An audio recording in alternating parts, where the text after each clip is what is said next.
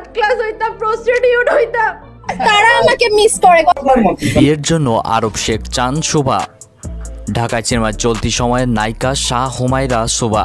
বসন্ত বিকেল সিনেমার মাধ্যমে চলচ্চিত্রে আসা এই নায়িকা ব্যক্তিজীবন নিয়ে চর্চিত হয়ে বিনোদন প্রেমীদের কাছে বেশ পরিচিত হয়ে ওঠেন। একসময় ক্রিকেটার নাসির হোসেনের সঙ্গে সম্পর্কের কারণ আলোচনায় ছিলেন। আবার গায়ক ইলিয়াস হোসেনের সঙ্গে বিবাহ বন্ধনে আবদ্ধ ও কয়েকদিন পরেই দাম্পত্য কলহ নিয়ে আলোচনায় ছিলেন তিনি। তবে সেসব ছাপিয়ে এখন কাজে মনোযোগ দিয়েছেন তিনি। জানা গেছে সিনেমার পাশাপাশি গানেও ব্যস্ততা বেড়েছে শোভার। গেল মাসে আমি তোমায় দিলাম শিরোনামে মৌলিক গান প্রকাশ করেন তিনি।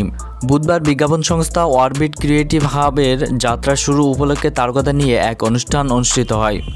অনুষ্ঠানের ফাঁকে নিজের ব্যস্ততা প্রসঙ্গে তিনি বলেন, ৬-৭টি সিনেমায় কাজ করা হয়েছে, নতুন সিনেমা আসছে, ইতিমধ্যেই সেন্সর ছাড়প্রাপ্ত হয়েছে, সব শিগগিরই আমার জানিয়ে দেব মুক্তির দিনক্ষণ। প্রেম ভালোবাসা ও বিয়ে নিয়ে এই চিত্র তারকা বলেন, 14ই ফেব্রুয়ারি দুবাই থাকবো হয়তো একটা অ্যাওয়ার্ড অনুষ্ঠানে। ভালোবাসার সংজ্ঞা যে মিথ্যা বলবে না, চিট করবে না, এছাড়া আমি যা বলবো সেটাই শুনবে। আপনারা জানেন আমি খুব ডমিনেটিং পারসন, এখন বিয়ে যদি করি কাজ করব কিভাবে? দুটো জিনিস তো একসঙ্গে করা যায় না। আপাতত ক্যারিয়ার, তারপর বিয়ে। প্রেমে কে পড়েছে সেটা আমার ম্যাটার না, আমি কার প্রেমে পড়বো সেটা ম্যাটার। যখন প্রেমে পড়বো লাইভে এসে জানিয়ে দেব। শুধু প্রপোজ করলে হবে না, আরব শেখ নিয়ে আসেন। আমি শেখ জুব্বা পরে দাঁড়িয়ে গিয়ে বলল বিয়ে করতে চাই, হলো নাকি?